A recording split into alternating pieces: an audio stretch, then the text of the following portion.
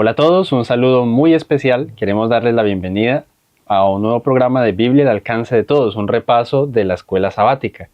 Hoy vamos a estudiar la lección número 6 para el sábado 9 de noviembre de 2024. Así que les queremos desde ahora dar la bienvenida a este programa y quiero presentarles a una invitada muy especial que es mi esposa, que nos acompaña. Bienvenida, amada esposa, a este programa. Muchísimas gracias.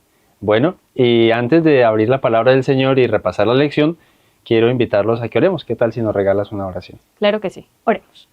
Señor Jesús, gracias te damos porque nos permite este espacio para compartir, para estudiar tu palabra. Esperamos que todo sea de acuerdo a tu divina voluntad. Y gracias, Señor. En nombre de Jesús. Amén. Amén. Muy bien. La lección de estas semanas anteriores nos ha traído testigos y testimonios, ¿cierto? Sí. Personas que dieron testimonio acerca de Jesús, testigos del Mesías y de la obra de Jesús. Y esta semana continuamos con más testimonios, con más testigos y más testimonios. Entonces tenemos varios, por ejemplo a Juan el Bautista, ¿cierto? Sí. Y su testimonio acerca de Jesús y del Cordero enviado. O tenemos también a una multitud de personas que vivió uno de los milagros más asombrosos, la multiplicación del alimento, y cómo algunos de ellos seguían a Jesús y otros optaban por rechazarlo o dejar de seguirlo. También tenemos el testimonio del Padre, ¿cierto? Y su testimonio acerca de la complacencia que sentía en Jesús. Y nos encontramos con una fiesta, una multitud y división entre algunas personas que decían que Jesús era el Mesías y otros que rechazaban a Jesús como Mesías. Entonces, pues vamos a empezar. Vamos a darle estructura a nuestro estudio. ¿Y qué tal si empezamos por Juan el Bautista? Bien, Cevitas, quisiera como contextualizar un poquito la historia que trata el día domingo, porque es muy interesante. En el tiempo de Jesús, Juan el Bautista hizo un ministerio antes que él, y en ese ministerio él fue formando seguidores, fue alcanzando cierta fama, prestigio, y era muy común que en ese tiempo los maestros, los líderes que enseñaban, tuviesen seguidores y discípulos. Sí. La historia nos cuenta que los discípulos de Juan estaban celosos del ministerio de Jesús. ¿Por qué? Porque prácticamente Juan lo que hizo fue ceder el ministerio, ceder sus seguidores. Y en este tiempo actual, no sé, Sebas, si me halla la razón, en este tiempo actual podemos como caer más en cuenta a lo que es ceder seguidores, ¿no? En un mundo lleno de influenciadores, en donde el estatus, el poder se mide a través de cuántas personas te siguen, esa situación era como un poquito frustrante para los discípulos de Juan.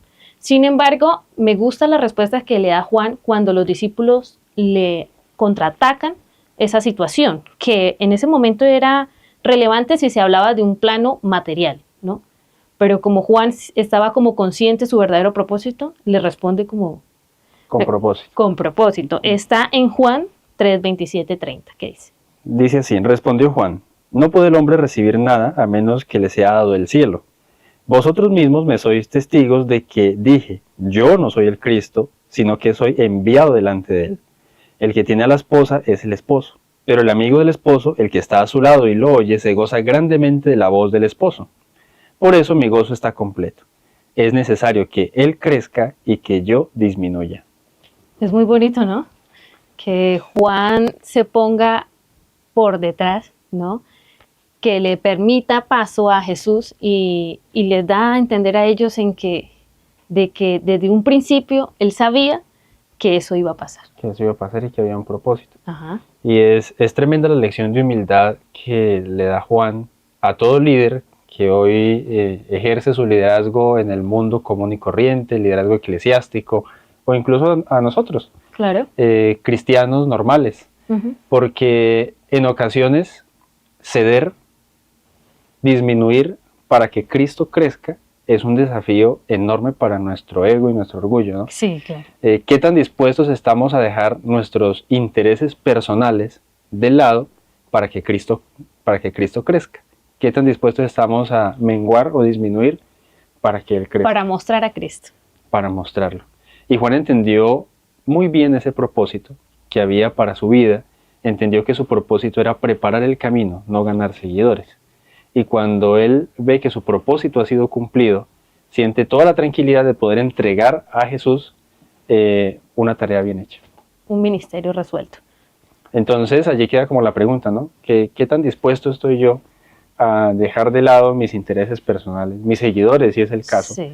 para que Jesús crezca, para que Jesús sea testificado, Jesús sea mostrado? Y por último, es muy interesante, ¿no? Podemos sacar una lección de los seguidores de Juan.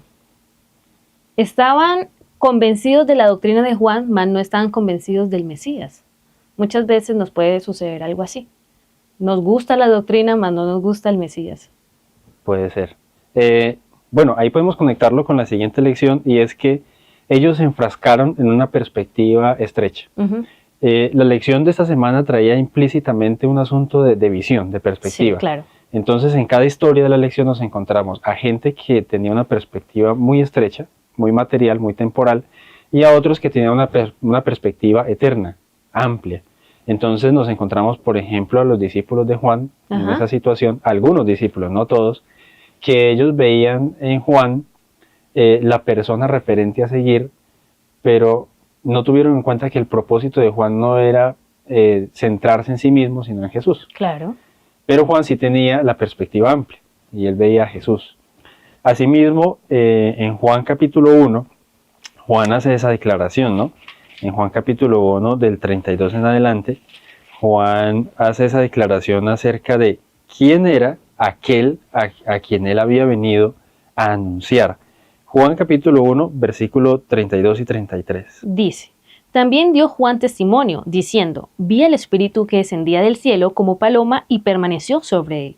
Y yo no le conocía, pero el que me envió a bautizar con agua, aquel me dijo, sobre quien vea descender el Espíritu y que permanece sobre él, ese es el que bautiza con el Espíritu Santo. Así es. Es decir, Juan recibió una revelación del cielo Sí. que decía que aquel sobre quien descendiera el Espíritu Santo, ese era el Hijo de Dios, ¿cierto?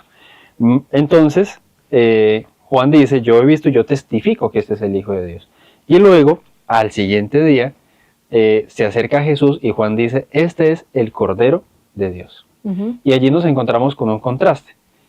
En ese tiempo en Israel, la perspectiva que se tenía sobre el Mesías era de un político o un militar, Ujú. un estadista, Sí. o alguien que tuviera la inteligencia o la sagacidad de poder desprender a Israel de la opresión de Roma, ¿cierto? Como cierta influencia que pudiese tomar a la fuerza, ¿no? El poder que Roma había tomado. Que había tomado, exacto. Entonces, la perspectiva nacional era así, estrecha. Entonces, Ujú. iba a lo temporal, a lo militar, A a lo lo político, rápido. a lo económico. Ajá. Y Juan cambia la perspectiva, por eso la lección se titula Una nueva concepción del Mesías, Ok. porque Juan da un giro y él no dice, este es el militar que nos va a salvar, ese es el poderoso que nos va a liberar, sino ese es el Cordero. ¿Sí? Contraste entre un militar y un cordero. Así O es. sea, cordero donde su significado inmediato para ellos era el animal más doméstico, más dócil, más cercano, tierno. El que se sacrificaba. Ok, sí. Entonces, Juan hace un contraste y dice allí la lección y dice el deseo de todas las gentes que en ese momento, cuando Juan ve a Jesús llegar, se le revela a él en su mente Isaías 53, donde hay un siervo sufriente que como cordero fue llevado al matadero, Ujú. ¿cierto? Entonces, nuevamente nos encontramos con perspectivas. La gente quería un Mesías político, militar, poderoso y fuerte. Sí. Pero Juan, a través de esa revelación, da testimonio de un Mesías que es el Cordero de Dios. La gente quería a alguien que lo salvara de Roma, y Juan testifica de alguien que no va a salvar a un pueblo, sino que va a salvar al mundo Al de mundo sus entero. pecados. La gente estaba enfocada, concentrada en un conflicto político, ¿sí? Y Jesús y Juan, desde esa perspectiva, están enfocados en un conflicto universal, Ok. en la batalla entre el bien y el mal. Eso me hace pensar que hay otro contraste, y es que la gente también estaba pensando que todo iba a ser desde la opresión, desde la fuerza, y Jesús todo lo estaba haciendo desde el amor, ¿no? Desde Así la es. parte dócil. Y esa imagen del Cordero es muy bonita Cambia la para perspectiva. ilustrar eso. Y más adelante también nos encontramos con otra historia, que es la historia de la alimentación de los 5.000, la multiplicación de los alimentos. Ajá. Esa historia está en Juan capítulo 6. Nosotros ya conocemos el contexto, pero hay algo muy interesante del contexto, y es que después de que Jesús alimenta a los 5.000, la gente tiene una intención con Jesús. ¿Sí? Esa intención está en Juan capítulo 6, versículo 15.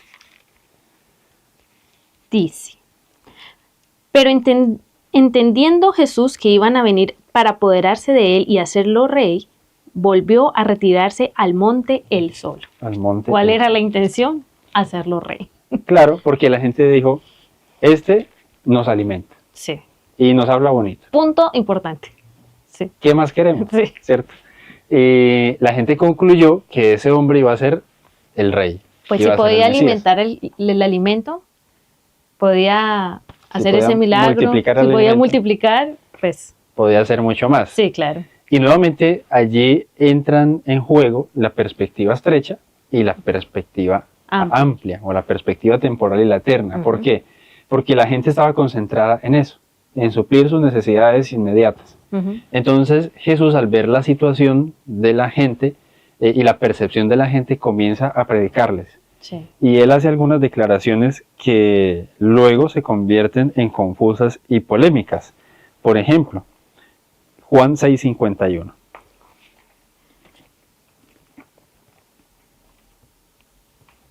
Dice, yo soy el pan vivo que descendió del cielo. Si alguno comiere este pan, vivirá para siempre. Y el pan que yo daré es mi carne, la cual yo daré por la vida del mundo. Así es. Entonces, Jesús estaba predicando algo mucho mayor a la percepción que ellos tenían y chocaba con su percepción de tal manera que generaba discusión y confusión entre ellos, porque mira lo que dice el versículo 52. Entonces los judíos contendían entre sí diciendo, ¿cómo puede éste darnos a comer su carne?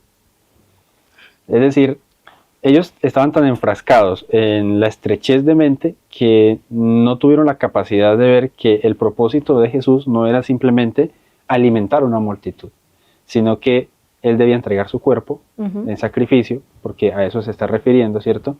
Entregar su cuerpo en sacrificio para la salvación de la humanidad. Es por eso que los versículos 54 y 55 terminan con esa declaración. El que come mi carne y bebe mi sangre tiene vida eterna, y yo le resucitaré en el día postrero, porque mi carne es verdadera comida y mi sangre es verdadera bebida. Así es. Y Jesús termina diciendo luego que el pan con el que Dios alimentó al pueblo, ¿cierto? El maná, era temporal, transitorio, pero que el que Él va a dar es eterno. ¿Cierto? Ahí podemos ver que es una metáfora que Jesús está utilizando, porque precisamente las personas no estaban siendo conscientes de el propósito que Él tenía, ¿sí?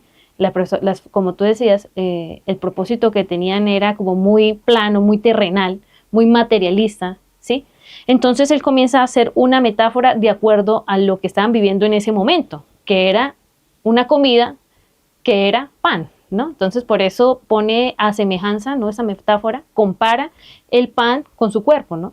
No les está invitando a ser caníbales. Y es muy gracioso que ellos se toman esto de manera tan textual, como ¿por qué nos motiva a comernos su carne o su sangre? O sea, no tenía mucho sentido, pero era que Jesús estaba ampliando la perspectiva, mostrando que era su sacrificio lo que realmente importaba y no las cosas materiales, que en este caso era lo que ellos refutaban, el pan palpable. El pan material. Y luego entonces, después de esas palabras de Jesús, dice el versículo 66. Dice así, y dijo, por eso os he dicho que ninguno puede venir a mí si no le fuere dado del Padre. 66 de Juan 6. De Juan 6, sí. Dice, Después entonces muchos de sus discípulos volvieron atrás y ya no andaban con él. Ay, qué triste. Entonces eso causó que la gente comenzara a desertar. Sí. Porque aunque los había alimentado, ya la palabra era fuerte y no estaban dispuestos a aceptar esa perspectiva del ministerio de Jesús. Entonces, dice la lección que desde una perspectiva humana, Jesús tuvo que haber sentido algo de frustración al ver que sus esfuerzos habían sido algo infructíferos. Entonces él mira a sus discípulos y les dice, bueno, la gente se está yendo, ustedes también se van a ir. Y allí, después del rechazo, hay una escena de aceptación. Y es que Pedro dice, pues Señor, ¿a quién vamos a ir? Si solo tú tienes palabras de vida eterna. Y luego hace la declaración de que ellos habían creído y conocido que Él era el Cristo, el Hijo del Dios viviente. Y qué bonito. Muchas veces tenemos como la percepción, ¿no?, de que los discípulos de Jesús capaz no eran los más aptos para estar al lado de su ministerio, porque no eran los más intelectuales, capaz no los más estudiosos. Se registra que no tenían el mejor comportamiento o temperamento porque hicieron ciertas situaciones, pero esta situación nos muestra también el carácter que ellos tenían, el corazón bonito que ellos tenían. ¿Sí? Su docilidad y capacidad de aceptar a Jesús. Ok, sí, que a pesar de una situación como de alguna manera frustrada, porque pues ellos también creían que era ahí, ¿no? Ellos fueron capaces de aceptar la voluntad que realmente Dios tenía para ellos. Entonces, es la motivación que nos da también esta lección, ser capaces de tener esa perspectiva amplia y de aceptarla. Capaz que a veces no somos conscientes de la perspectiva, pero a medida que vamos avanzando nos damos cuenta de cuál es, pero lo más importante es aceptarla, no alejarnos de Jesús. Así es. Es decir, no importa si no entendemos mucho acerca de Dios, de su plan de salvación, Él nos va a ir revelando poco a poco su misión. Los discípulos no la entendían mucho, pero su corazón estaba dispuesto a seguir a Jesús. Y eso es lo que Él quiere de nosotros hoy, que estemos dispuestos a seguirle, que nuestro corazón esté dispuesto a ser entregado a Él. Luego la lección hablaba de un testimonio que es fundamental y muy importante, ¿no? Y es el testimonio del Padre. Creo que es el testimonio más importante aquí, porque en los días de Jesús, y desde siempre, ha pasado que han habido muchísimos falsos profetas, muchísimos falsos mesías, muchísimos falsos cristos. Y el hecho de que el Padre mismo haya tenido como confirmación. La confirmación exacta de presentar a Jesús como el Mesías nos da como mucha más sustentación de que Él era el Mesías. Me gustaría que leyéramos Mateo 3, 17, que habla palabra textual del Padre acerca de que Él es el Mesías. Así es, en el contexto del bautismo de Jesús dice, y se oyó una voz de los cielos que decía, este es mi Hijo amado, en quien tengo complacencia. Y más adelante, en la transfiguración, sí. Mateo 17:3, dice, 17:5, mientras él aún hablaba, una nube de luz los cubrió y se oyó una voz desde la nube que decía, este es mi Hijo amado, en quien tengo complacencia, a él oíd. Bien, pues nos confirma, Dios Padre nos confirmó de manera literal, de manera palpable, ¿no? Hubieron muchos testigos que fueron conscientes de que Jesús era el Mesías, dicho por Dios Padre. Recordemos que esta semana la lección habla sobre los testimonios que hubieron acerca de que Jesús era el Mesías. Y este día es que Dios el Padre confirmó, testifica de que Jesús es el Mesías. Era el Mesías, era su Hijo y de que se complacía en él. Ajá. Ahora, luego viene el testimonio de una multitud.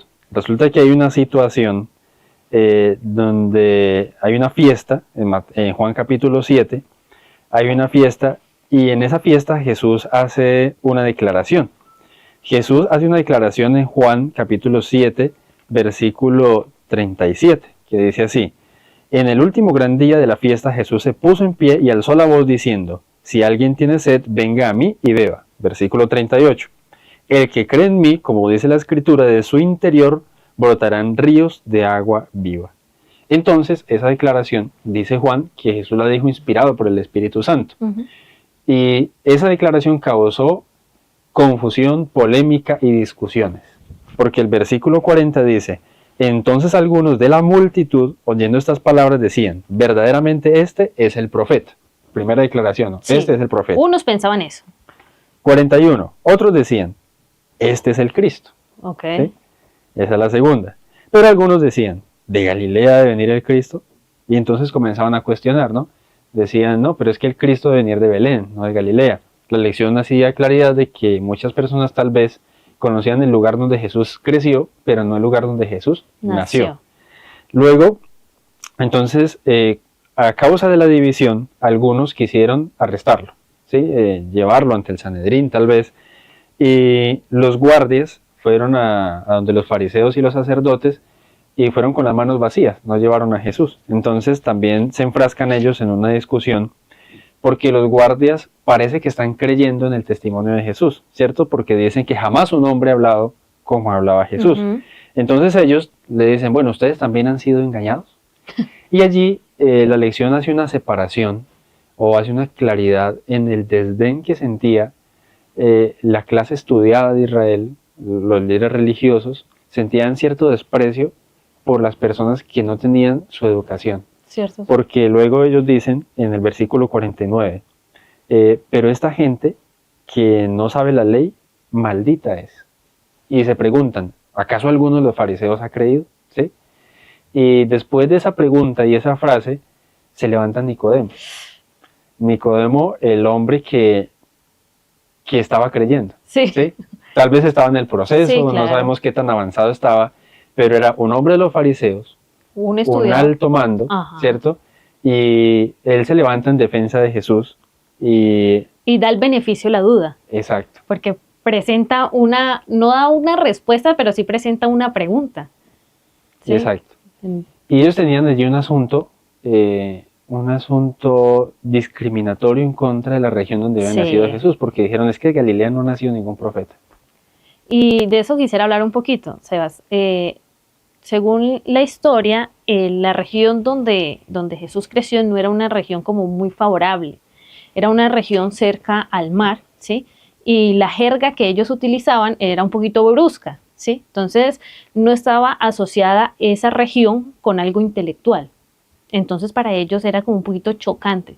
Sin embargo, cerrarse a la idea, pues también estaba muy mal, ¿sí? Y otra cosa que me parece muy interesante y triste también es que lo que tú decías, que los fariseos, que la gente estudiada, creyeran que eran los únicos, o sea, con una religión verdadera.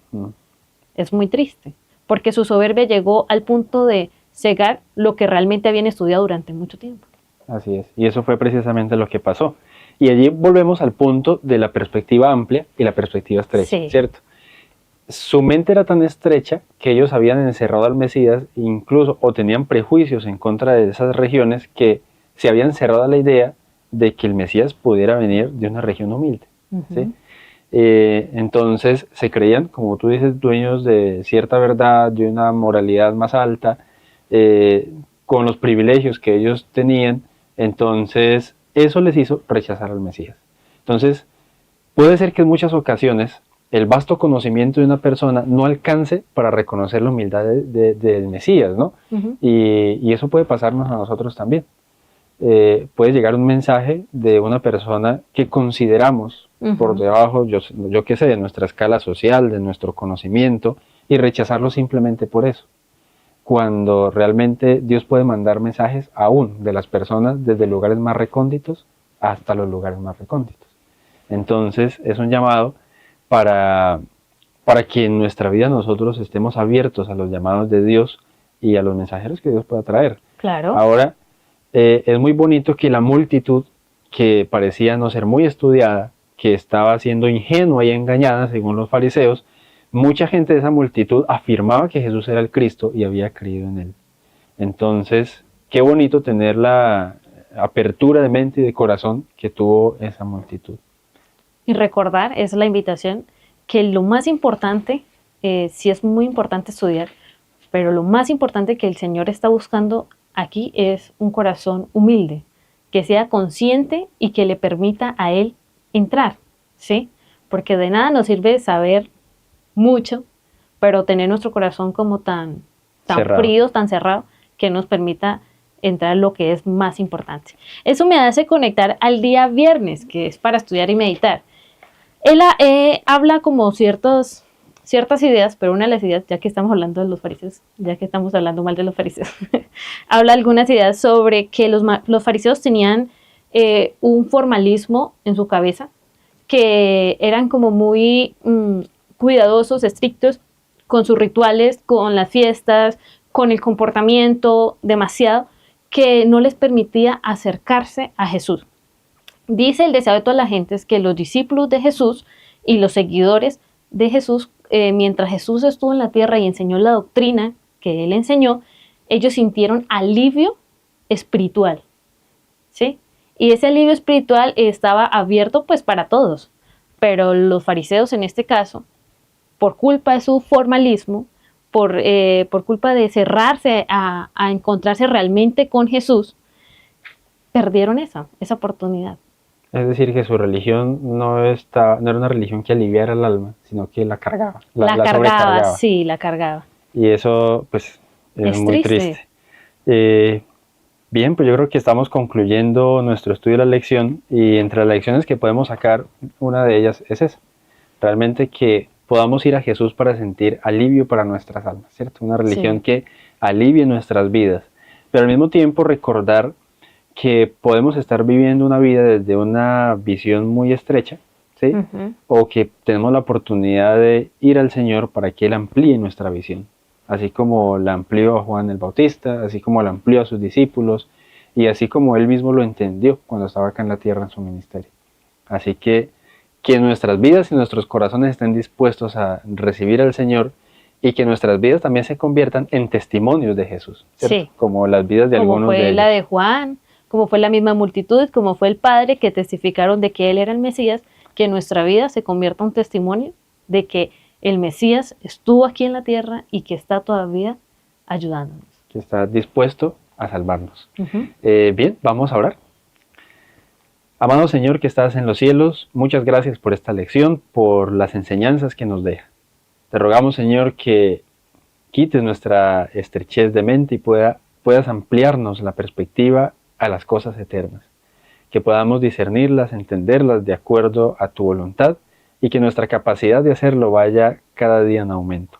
También te queremos pedir por cada oyente de este programa, para que tu bendición sea sobre cada hogar, sobre cada familia, sobre cada persona. Te pedimos también que al seguir estudiando la lección las próximas semanas podamos ser alimentados por tu palabra y recibir de ella la motivación necesaria para continuar en el camino de la vida. En el nombre de Jesús. Amén. Amén.